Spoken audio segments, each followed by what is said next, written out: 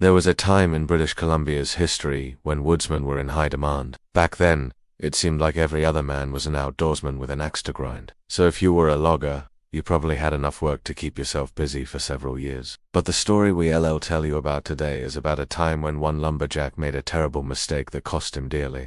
The year was 1924, and his name was Albert Osman. Osman and Isaac had gotten into another heated argument over how many logs needed to be chopped down. His bunkmate told him that Isaac had left the camp and gone home. He was needed at the other logging camp to replace Isaac.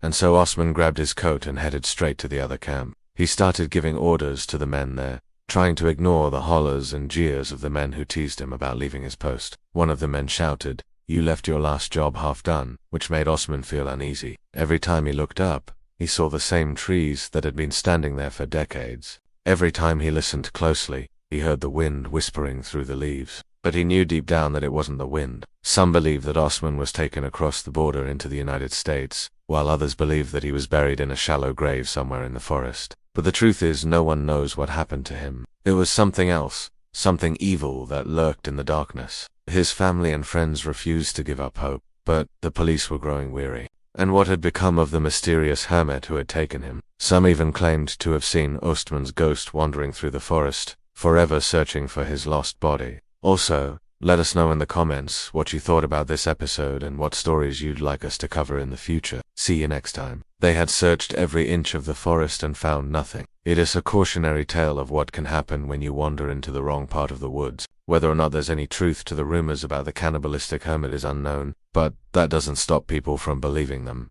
After all, stranger things have happened. They had interviewed everyone who had seen Osman in the weeks leading up to his disappearance, and none of them had any new information to offer. The case went cold, and everyone eventually moved on with their lives. But he shook it off and pushed on, hoping to put the incident behind him. It was said that he would lure his victims into the forest under the guise of chopping wood, only to pounce on them and drag them away to his secret camp. There, he would butcher them and eat their flesh. While others might find it hard to believe, rumors like this were quite common back then. In fact, there were several cases of people being accused of cannibalism, even though there was no evidence to support these claims. No one knows exactly what happened, but the most popular theory is that he was kidnapped by a mysterious hermit who lived deep in the woods. Some say that the kidnapper was a former logger who had gone insane after being abandoned by his friends and family. Others say that the kidnapper was a serial killer who used the bodies of his victims to build a shrine in the forest, but no one knows for sure. Now,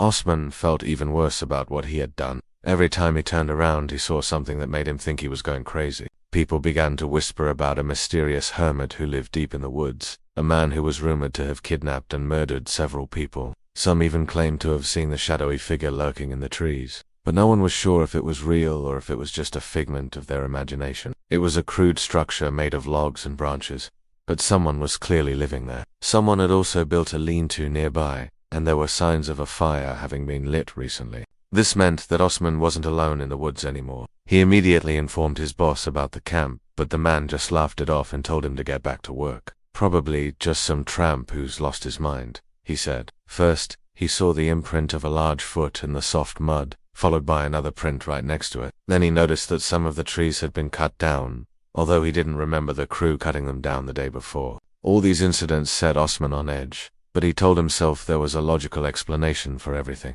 He knew Isaac was a good worker and a loyal friend, and now their friendship was ruined. Maybe he should go and visit Isaac and apologize in person, he thought.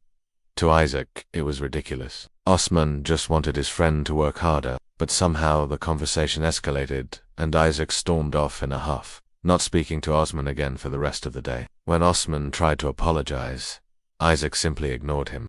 This left a bad taste in Osman's mouth, and it prevented him from sleeping that night. We hope you enjoyed this episode, and don't forget to subscribe if you haven't so far. It was a Saturday evening just like any other. The moon hung like a silver dollar in the velvet sky above the small town of Houston, British Columbia. He kept tossing and turning in his bed, thinking about something that had happened earlier that day. At work, he was a stern foreman who demanded the best from his fellow workers. But outside of work, he was known as a jolly giant, always up for a good time. He loved to hunt and fish with his buddies, and he was quite the character to have around. But Isaac wasn't exactly like that. He was a hard-working man who did his job in silence. He wasn't the most talkative guy, but he was respected nonetheless. Unfortunately, Osman's boisterous personality didn't mix well with Isaac's stoic nature. For some reason, Osman constantly got on Isaac's nerves, and vice versa. He didn't want to think about it, but it was stuck in the front of his mind. It all went back to a logging camp near Houston, where he worked as a foreman. Earlier that day, he'd had an argument with one of the loggers named Isaac. Now, the argument itself wasn't anything out of the ordinary. The two men argued almost daily. They just couldn't get along, which was a shame, really, because they were very close friends off the clock. The northern lights danced in the distance, and a light breeze rustled through the tall pines that surrounded the village. It was quiet in Houston, too quiet for some. There was no sound of revelry or rowdy laughter from the saloons, nor the murmur of voices from men gathered for a friendly chat. That was because the entire town was asleep, and the quiet was only disturbed by the howling of wolves in the forest and the hooting of lonely owls. But that didn't mean everyone was sleeping soundly. Albert Osman couldn't sleep at all. You see, Osman was a man of two faces, and that brings us back to that fateful day. When the sun rose the next morning, Osman got out of bed and went to work. But he soon realized that he would never see Isaac again. But before he could do that, Osman's boss called him over, but fate had other plans. While Osman was working hard at the new camp, he kept hearing strange noises. However, that changed when he found a camp near the area he was working in.